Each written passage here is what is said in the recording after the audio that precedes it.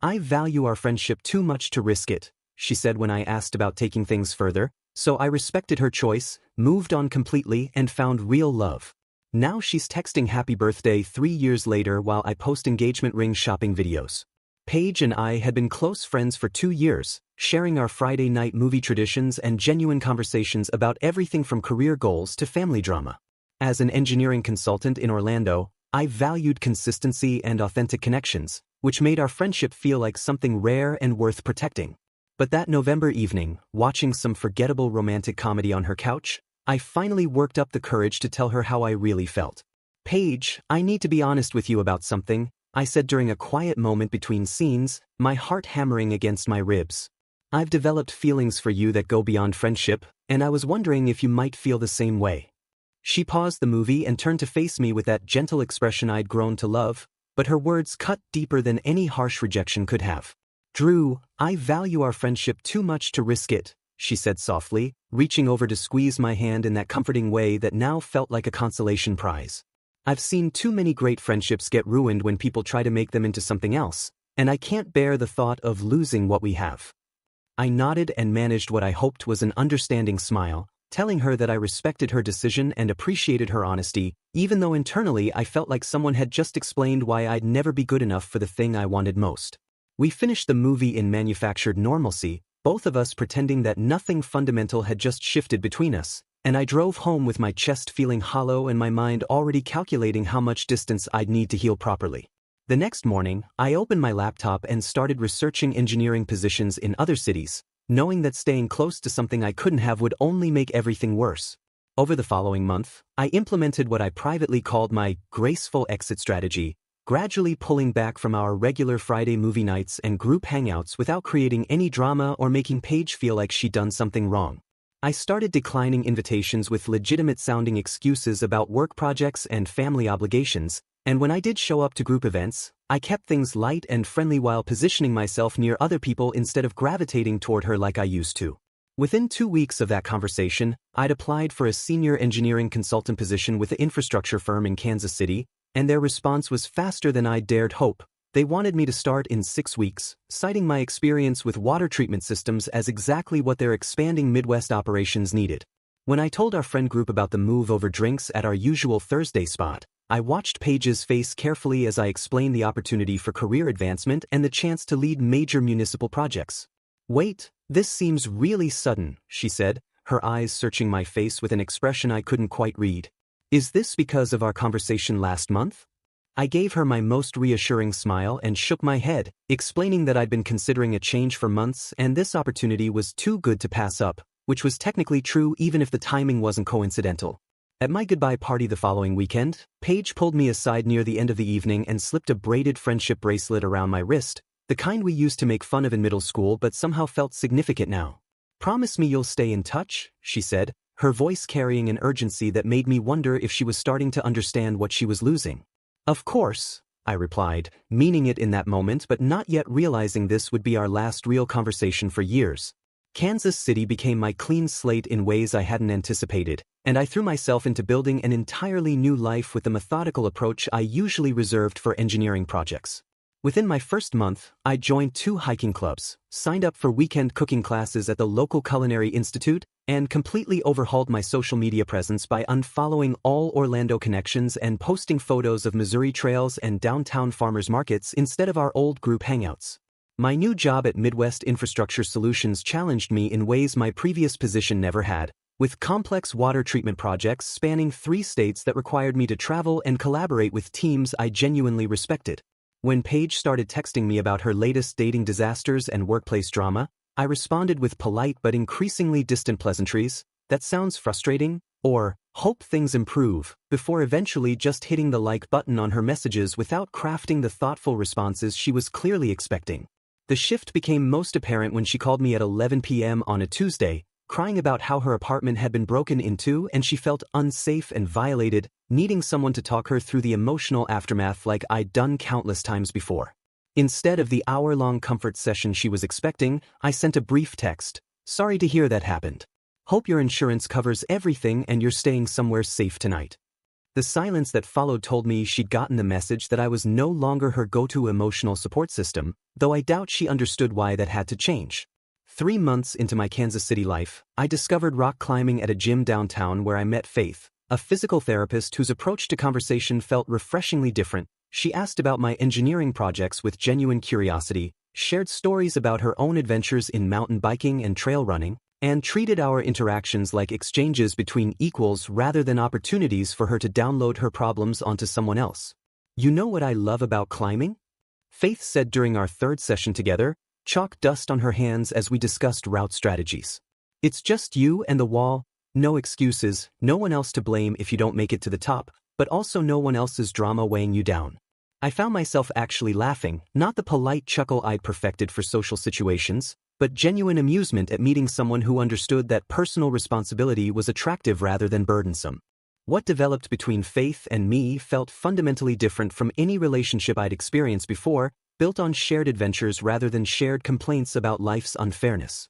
We started mountain biking together on weekends, exploring trails through Missouri's state parks where she'd pack thoughtful lunches and I'd bring my camera to document the landscapes we discovered, and our conversations during these rides revealed someone who approached challenges with the same methodical optimism I brought to engineering problems. "I love how you think through routes," she told me one Saturday after we'd successfully navigated a particularly technical trail system. "You're not just randomly hoping for the best, you're actually planning 3 moves ahead." When I mentioned my goal of visiting all the major national parks within 5 years, Faith didn't just nod politely like most people did. She pulled out her phone and started researching which parks offer the best combination of hiking and climbing opportunities, suggesting we start planning our first trip together. My career began flourishing in ways that surprised even me, starting with a water treatment project in Springfield that came in ahead of schedule and under budget, which led to my promotion to senior consultant within 18 months and opportunities to lead infrastructure projects across Kansas, Missouri, and Iowa that challenged everything I thought I knew about municipal engineering. Meanwhile, according to the occasional updates that filtered through our mutual friends, Paige's life had become a predictable cycle of failed relationships and career stagnation, as she apparently struggled to understand why the emotional support system she'd taken for granted was no longer available whenever she needed someone to process her latest disappointment. "She keeps asking about you," our friend Marcus mentioned during a video call, sounding somewhat exasperated. "Like, constantly. She wanted to know if you were seeing anyone, if you seemed happy, if you ever mentioned missing Orlando." Through a combination of curiosity and mild concern, I eventually discovered that Paige had been subtly stalking my social media presence, viewing every story I posted about weekend trips to Colorado and professional conferences in Denver, while her own Instagram feed remained stuck in the same pattern of Orlando bar photos and complaints about dating apps failing to deliver quality men who understood what a real woman deserved. The contrast became almost comical when I posted pictures from a client presentation in Chicago where I'd been invited to speak about sustainable water infrastructure, and within hours Paige had posted a story from the same downtown Orlando sports bar she'd been frequenting for 3 years, captioned with "another disappointing night out," and tagged with 3 friends who looked equally bored. Faith noticed the pattern too, since my phone would light up with anonymous story views whenever I shared photos of our hiking adventures or my professional achievements, and she found the whole situation more amusing than threatening. "So let me get this straight," Faith said one evening as we planned our upcoming trip to Yellowstone. "This girl rejected you, you moved on and built an amazing life, and now she's basically cyberstalking you to watch what she's missing?" The situation crystallized for me during that conversation. I wasn't the one who'd moved on from something good, I was the one who'd escaped something that was never going to fulfill me and found what I actually deserved.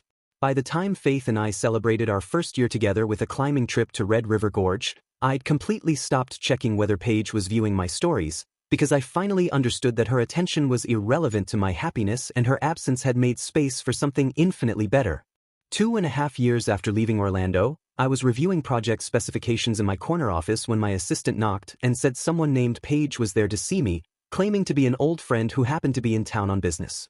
My stomach dropped slightly as I realized she'd orchestrated an entire trip to Kansas City just to engineer this casual encounter, and when she walked into my office wearing a carefully chosen outfit that screamed, "successful professional woman," I could see the calculation behind her bright smile and overly enthusiastic greeting. "Drew. Oh my God, I can't believe I'm actually here," she said, spreading her arms wide like we were long-lost relatives. "I had a client meeting downtown and remembered you worked somewhere around here, so I thought I'd take a chance and see if you were available for lunch. I stood up and shook her hand professionally, noting how her expression flickered with confusion at the formal greeting she clearly hadn't expected, then suggested we go to a nearby restaurant where I could keep the conversation contained and time-limited. During lunch at a generic business-casual place I'd chosen specifically for its lack of romantic atmosphere, I kept the conversation relentlessly professional while mentioning Faith at every opportunity, describing our recent trip to Yellowstone and our plans to tackle some of Colorado's 14ers next month. "That sounds amazing," Paige said, her fork hovering over a salad she wasn't really eating. "Faith must be really special for you to be planning all these adventures together." "She is," I replied simply. "She's a physical therapist here in Kansas City, and we both love the outdoor lifestyle this region offers. Much different pace than Orlando, but it suits us perfectly." I watched Paige process the finality in my tone, the way I'd said us, like Faith and I were a permanent unit, and how I described Orlando as something I'd moved past rather than something I missed. After an hour of polite small talk where she kept trying to steer the conversation toward our shared memories and I kept redirecting to work topics, I told her I needed to get back for a client call, and she looked genuinely shocked that I wasn't extending the visit or suggesting we meet again before she left town.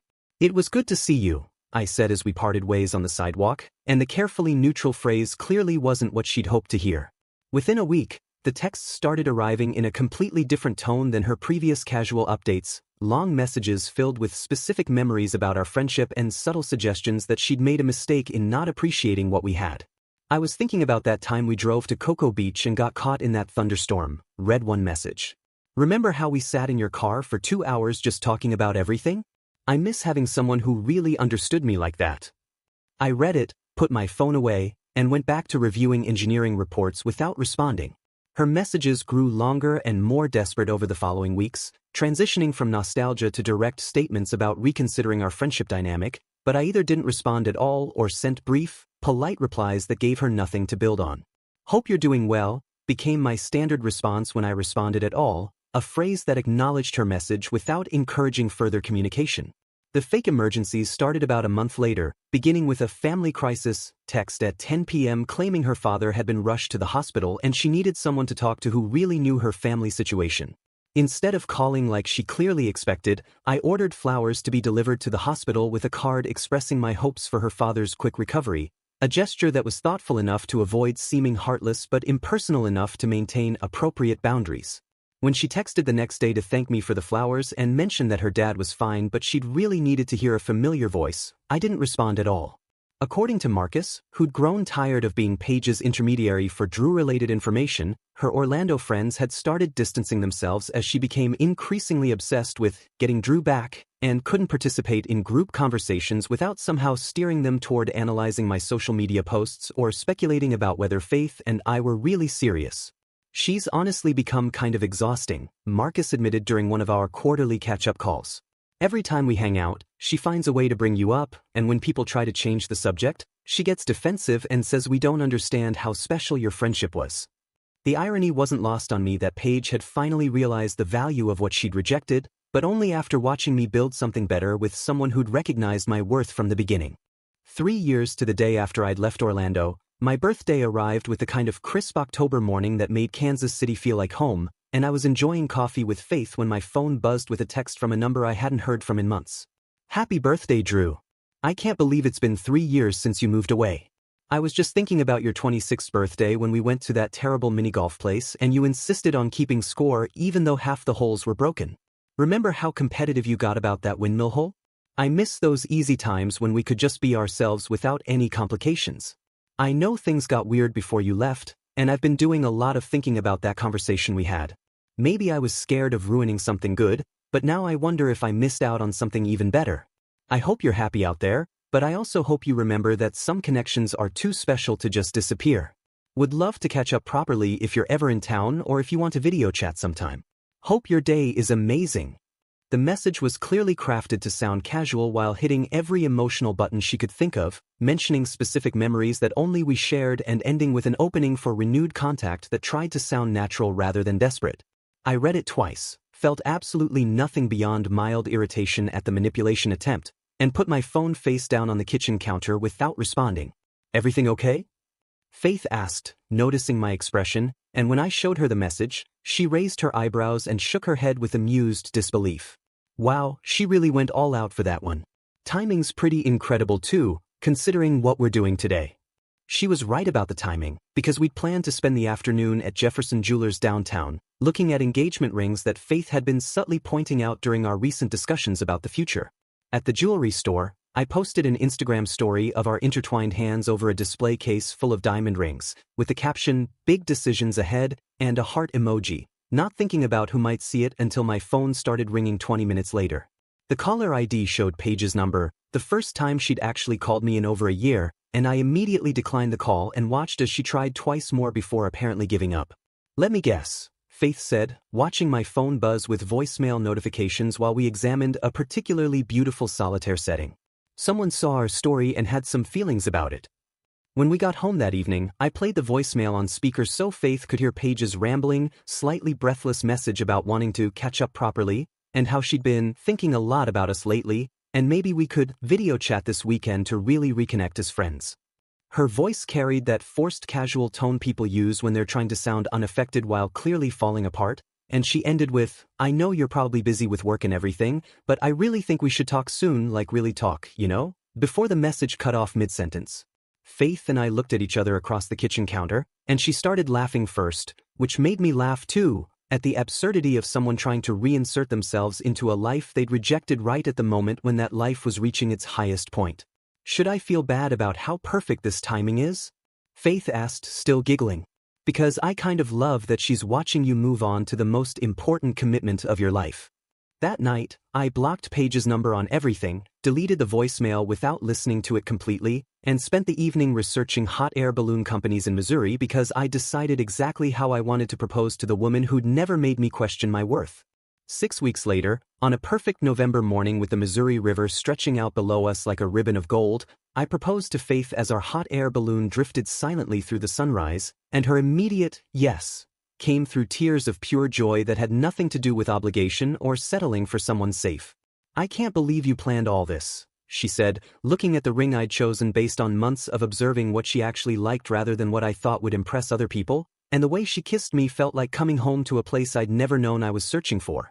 When we posted our engagement announcement that evening, a simple photo of Faith's hand in mine with the river valley in the background and a caption about finding your perfect adventure partner, the response from our Kansas City friends and my work colleagues was immediate and genuinely enthusiastic, people who'd watched our relationship develop and knew we'd built something solid. Within hours, according to Marcus who called to congratulate me, the news had reached our Orlando friend group, and apparently Paige had created a fake Instagram account to view our photos since she'd been blocked from my real accounts, spending what Marcus described as an embarrassing amount of time analyzing every detail of our announcement post. The final message came through Marcus himself 2 days later, a carefully crafted note that Paige had asked him to pass along, expressing congratulations while also mentioning how she'd always known I'd find someone special and hoped we could reconnect as friends someday, now that I was clearly happy and settled. "She seemed to think this would be, like, a natural time for you guys to be friends again," Marcus explained, sounding skeptical. "Because you're engaged now, so there's no romantic tension anymore or whatever." I asked Marcus not to pass along any more messages from Paige, explaining that some chapters need to stay closed for everyone's well-being, and he agreed with obvious relief that he wouldn't have to play messenger anymore. Faith and I threw ourselves into wedding planning with the same methodical enthusiasm we brought to our hiking adventures, and when she suggested we have the ceremony at a state park in Colorado where we'd climbed our first mountain together, I knew I'd found someone who understood that the best celebrations honor the journey rather than just announcing the destination. "I love that you need complete closure from your past," Faith told me one evening as we addressed invitations to people who'd actually supported our relationship. "It shows you know the difference between being polite and being healthy, and I never want you to feel like you have to apologize for choosing what's best for us." Looking back now, as we plan our honeymoon adventure through Utah's national parks and Faith researches the best climbing routes while I map out the photography locations, I finally understand that Paige rejecting me wasn't a judgment on my worth. It was the universe making space for someone who would recognize exactly what I had to offer and choose to build something extraordinary with it.